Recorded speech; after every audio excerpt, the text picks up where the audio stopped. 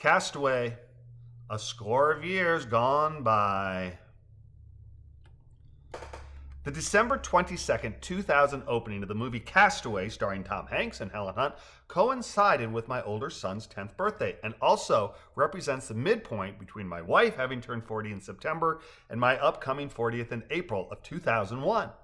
Attending a movie in December 2000 means we, along with the other 7 billion humans on Earth, had survived the 12-month prior New Year's Day Y2K apocalypse, a binary meltdown that threatened all developed nations with computer annihilations when our clock struck midnight on 1/1/2000. Y2K was the widespread doomsday prediction that all around the globe computers would glitch as we transitioned from 1999 to 2000. The predicted glitch was predicated on the notion that the binary brains of computers, those ubiquitous devices that are simultaneously our servants and masters, would be unable to function when the date switched from 1999 to 2000.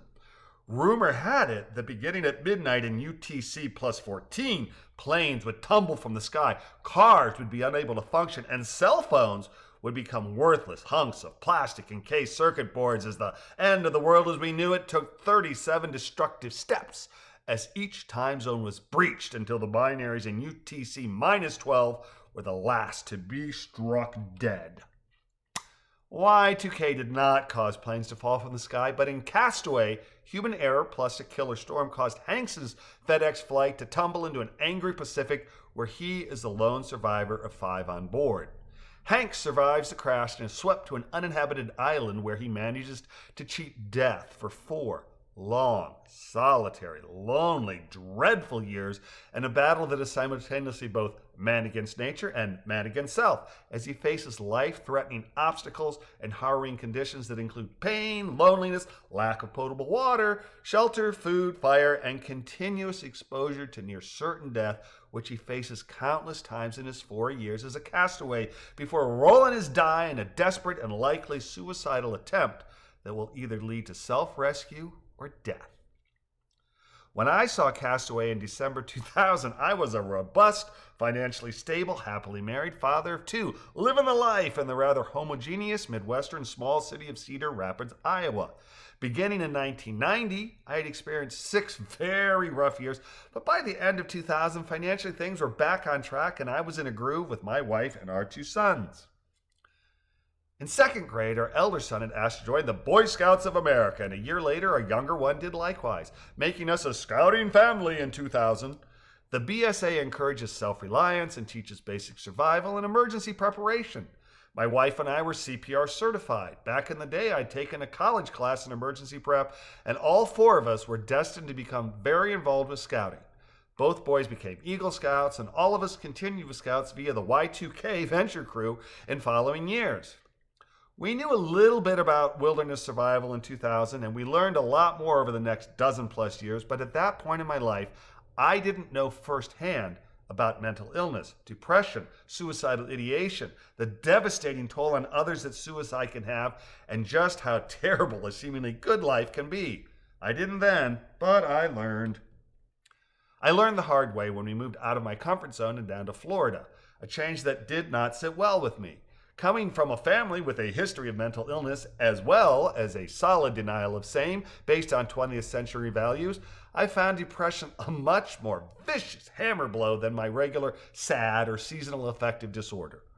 I learned the hard way about the effect suicide can have on others as our younger son lost a dozen age-mate friends to suicide, one of whom I taught CPR, a young man overcome by guilt, when despite administering CPR, he was unable to save his father, who died from a heart attack as his son did all he could to save his father.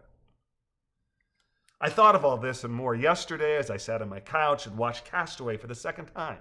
I thought about how dreadful impotence is, that feeling of being at the mercy of events rather than, if not in control of, at least being a major vector of same.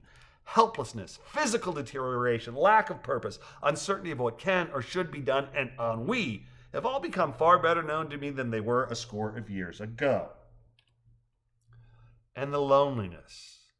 4 years of suffering, 4 years of pain and hardship that led to contemplating, planning, and rejecting suicide, not because voluntary self-annihilation is wrong, but because a successful, quick, and pain-free implementation of same was uncertain. In Castaway, 4 years of desperation drives Tom Hanks insane, an insanity that battles between defeat and hope within him until he reaches his breaking point and sets out on a suicide mission of hopes of emancipation. Our Castaway assesses the situation, creates a long-shot plan, implements the plan, and leaves everything up to that die roll.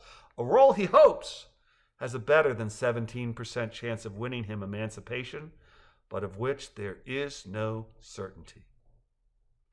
I understand our Castaway's desperation far better today than I did that score of years ago, and I hope my knowledge will continue to grow concerning both our vulnerability as well as our inherent strengths.